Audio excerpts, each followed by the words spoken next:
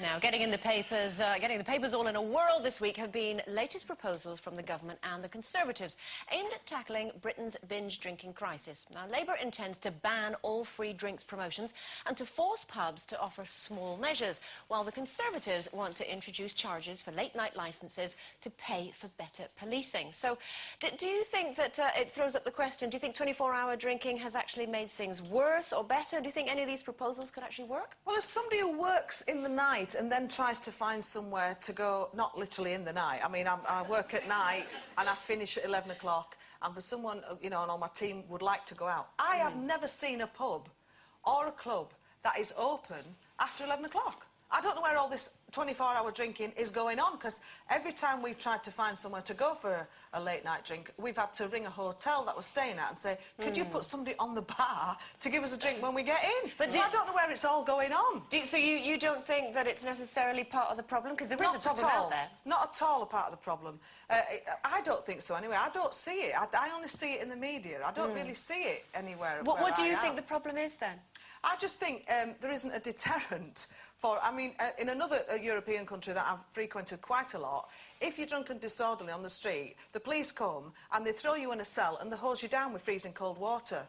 Yeah, and I think that would be a really good idea, because I don't think many people would do it after that. I think it's one of the only good things I think this government have done in the last 12 years is change the licensing laws, because, like Jane, you know, frankly, I don't want to be told when I'm allowed to have a drink and when I'm not. So, you know, I think the relaxation of those laws was a good thing. But now, you know, a lot of people are blaming the binge drinking culture, as they call it, on the 24-hour drinking. But the truth is, nobody is drinking for 24 hours. No one drinks round the clock, and that's a fact. It's impossible to do. But there is a problem with binge drinking. There is a problem with people in this country who are determined to get very, very drunk very, very quickly. Now, I know that people will be watching this thinking, oh, you know, you're a drunkard, you can talk. But I don't particularly... I can talk, and I didn't drink last night. I don't particularly want to get drunk as quickly as possible. And the people that do, you know, I like to have a drink, but I like to take my time. And, you know, eventually, if I get drunk at the end of the evening, it's kind of the result. But, you know, then I stop. But people who binge drink are on a mission to get really drunk. And I think the problem is the strength of the alcohol in certain drinks. Like, if you go into a supermarket and look for low-alcohol wine, and I don't mean, you know, the real low-alcohol, no-alcohol wine, I just mean like kind of 11, 12%, you can't find it anymore, because it's all 14.5%, and it makes a hell of a difference to how much alcohol you're taking in.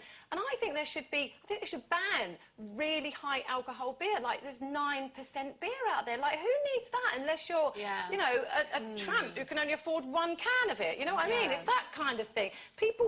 There is cheap booze out there, and I don't think taxing booze is the right answer, because people who don't have much money then get penalised, and they do like to have a drink. I think the problem is the strength of the alcohol. Sherry, can I just ask you, because obviously, you know, you and I come from very different generations. I can remember when I was a teenager, this problem was around then. This isn't a new thing. I don't necessarily know if the alcohol was stronger then or weaker then than it is now.